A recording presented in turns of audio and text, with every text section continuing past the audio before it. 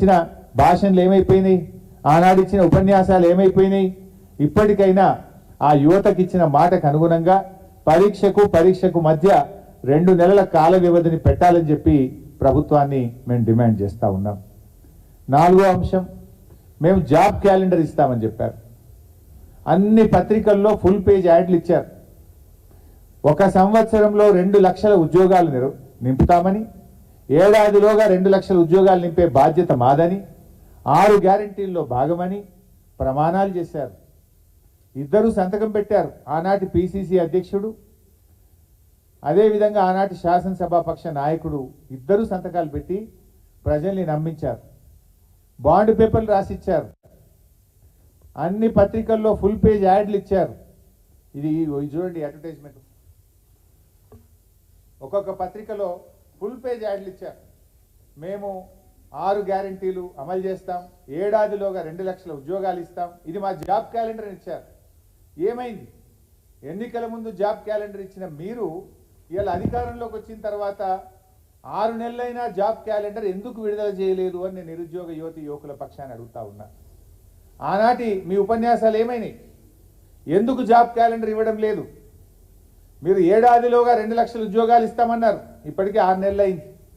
ఏవి మరి 6 నెలల్లో ఒక్క నోటిఫికేషన్ ఇచ్చారా? ఏవి మీ 2 లక్షల ఉద్యోగాలకు మీ ప్రణాళిక ఏది? మీ జాబ్ క్యాలెండర్ ఏది? అంటే ఆనాడు ప్రతిపక్షంలో మాటలు కోటలు దాటినాయి. నేడు అధికారంలోకి వచ్చినాక మీ చేతలు గడప దాటిన పరిస్థితి. ఇది నిరుద్యోగ యువకులను మోసం చేయడం కాదా?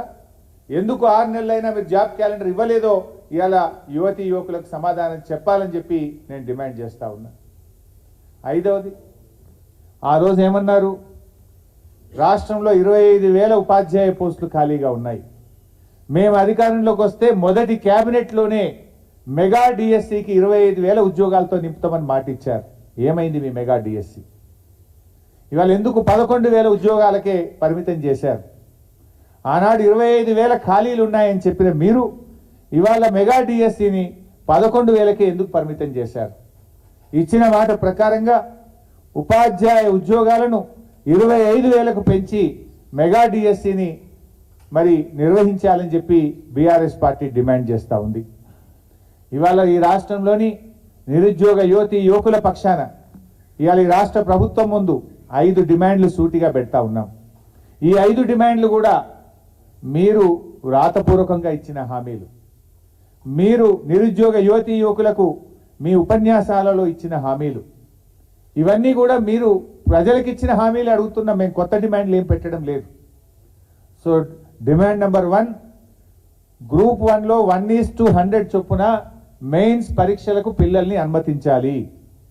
డిమాండ్ నెంబర్ 2, గ్రూప్ 2లో 2,000 ఉద్యోగాలు పెంచి, గ్రూప్ 3లో 3,000 ఉద్యోగాలు పెంచి గ్రూప్ 2, గ్రూప్ 3 పరీక్షలు నిర్వహించాలి అని చెప్పి డిమాండ్ చేస్తూ ఉన్నాం.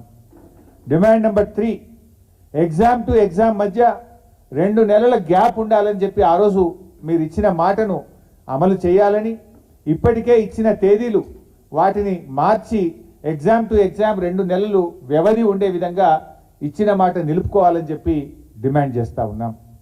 డిమాండ్ నెంబర్ 5, 2 లక్షల ఉద్యోగాలతో జాబ్ క్యాలెండర్ ఇస్తామని చెప్పి 6 నెలలైనా ఇప్పటిదాకా జాబ్ క్యాలెండర్ విడుదల చేయలేదు. ఏడాదిలోగా 2 లక్షల ఉద్యోగాలు నింపుతామన్నారు. ఆ 2 లక్షల ఉద్యోగాలు వచ్చే 6 నెలల్లో ఎలా నింపబోతున్నారు? ఆ జాబ్ క్యాలెండర్ను విడుదల చేసి ఆనాడు ఇచ్చిన మాట ప్రకారంగా వచ్చే 6 నెలల్లో 2 లక్షల ఉద్యోగాల నియామకాల ప్రక్రియ పూర్తి చేయాలని డిమాండ్ చేస్తున్నాం. డిమాండ్ నెంబర్ 5, ఆ రోజు 25,000 ఉపాధ్యాయ ఖాళీగా ఉన్నాయని చెప్పారు. ఆ ఇచ్చిన మాట ప్రకారంగా 25,000 ఉపాధ్యాయ ఉద్యోగాల భర్తీకి మెగా డిఎస్సి నిర్వహించాలని, ఇప్పటికే మీరు ఇచ్చిన 11,000 ఉద్యోగాలను 25,000కు పెంచి మరి డిఎస్సి నిర్వహించాలని చెప్పి మేము డిమాండ్ చేస్తూ ఉన్నాం. ఈ 5 డిమాండ్లు రాష్ట్రంలోని నిరుద్యోగ యువకుల పక్షాన మేము చేస్తూ ఉన్నాం. ఆ పిల్లలు చాలా బాధపడ్డారు.